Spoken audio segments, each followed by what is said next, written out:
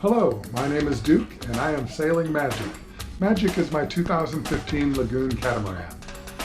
And today I'm here to tell you about the things that they don't tell you about in usual YouTube video channels about sailing. First, I should mention that when I had previously referred to we in the videos, I meant myself and the boat. I am a solo sailor. At the same time, as I'm going to tell you the truth of what sailing and cruising is really like, I am going to do a mini tour of my boat. This is the cockpit area of the boat. We have nice seating around a nice large table here. I actually think I would like to make that table a little bit smaller. And there's the sliding door going into the salon. And over here we have the helm station.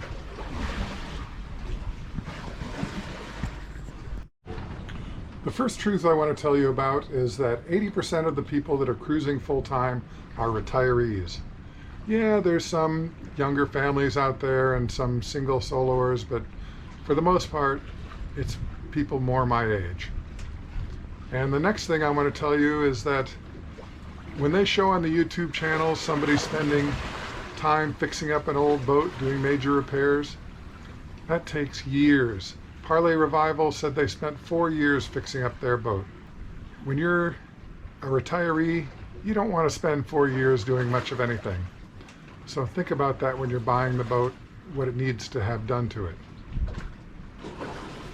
That's not to say that there aren't always repairs to do on the boat. There are. But the older the boat, the more repairs there are to do, even if there's been no specific damage. Okay, so from here we're going from the cockpit into the salon.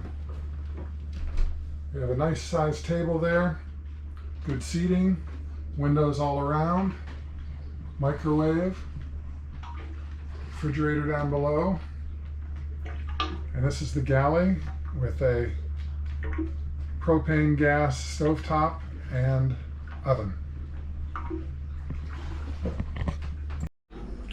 From the salon, we're going to go down the companionway here, which is the stair type things, but they're not really stairs, they're more like a ladder. So this is one of the cabins here, queen size bed in the cabin. There's all storage room underneath the bed, and there's some other shelves down here. Storage is always an issue on a boat. And then over here, I will get it so we can see it. There's a closet and shelving unit here, and there's a little area for storage alongside the bed. Now this is the hatch up above. Remember in the last video I said if you leave the hatch open while underway, water's going to come in. It will come in directly on top of the bed. You won't like that.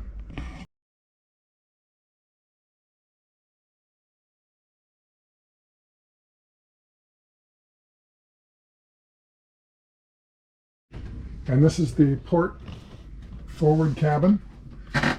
At this end of the bed it is queen size, but at that end it narrows down about 1 foot smaller, but still a good sized bed. And yes, I do have my artwork up in each of the cabins.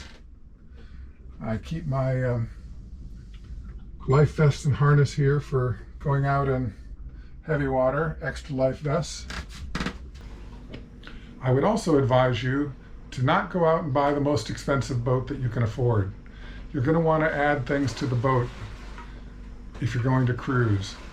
On this boat I added solar cells, lithium batteries, multiple controllers for those, a fresh water maker, a generator, all sorts of things. Some people have said go small to go soon, and I would say go medium to go comfortable. A really small boat like a 30 or 32 footer, you might be able to get by on it, but you're not going to be comfortable. I'd advise at least 37 feet, but that's just my opinion. This is a 38 foot, it's a 380 Lagoon. And the solar and lithium and water maker make all the difference in the world in my opinion. Okay, now we're going down on the starboard side, and there is a cabin in the forward portion here, but I use it as a storage room. So there's extra food, water, scuba gear, all sorts of things in here. Sewing machine. And then another cabin with a queen size bed in the aft portion here, starboard side. Some catamarans have gotten a bad rap for dragging their anchor, and I think this is because most of those catamarans are sold as day or week-long cruisers. They don't have a big anchor on them. They don't have enough anchor as far as I'm concerned. So the first thing that I did on this boat was replace the anchor with a bigger, more modern one. As far as I'm concerned, the Mantis and the Rockna anchors are two of the better modern anchors out there. It's a newer design. It scoops up more sand, holds better, reseats itself if it gets turned too far. When I bought mine, the Mantis was cheaper by a few $100s. I have no idea what the costs are now. Storage is always an issue on a boat that was set up to be a weekend cruiser.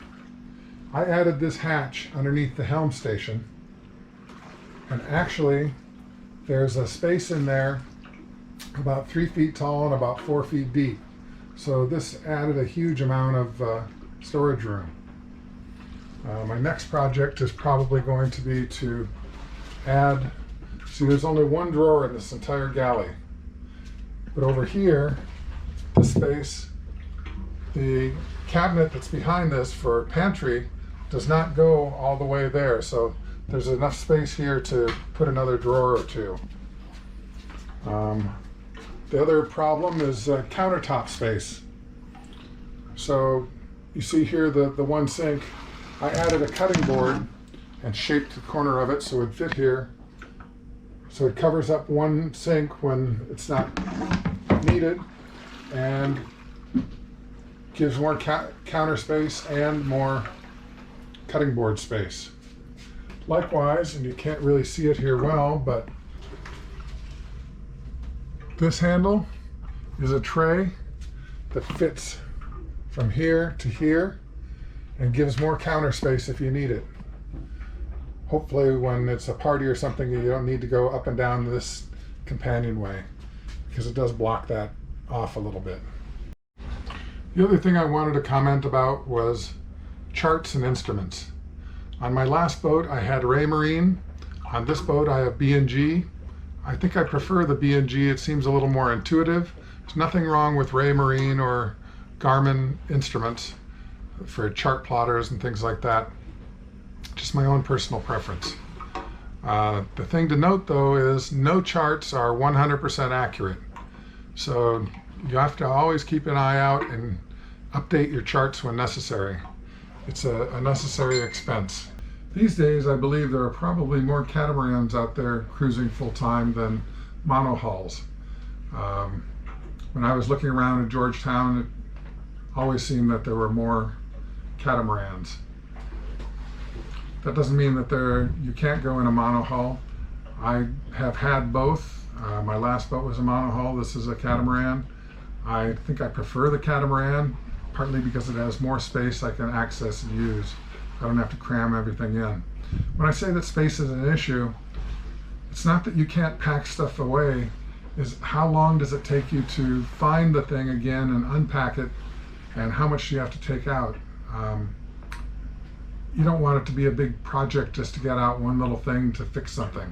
That can take you longer than the project of fixing the thing. So anyway, with that, I will say goodbye and look forward to that sailor's tradition of a sundowner.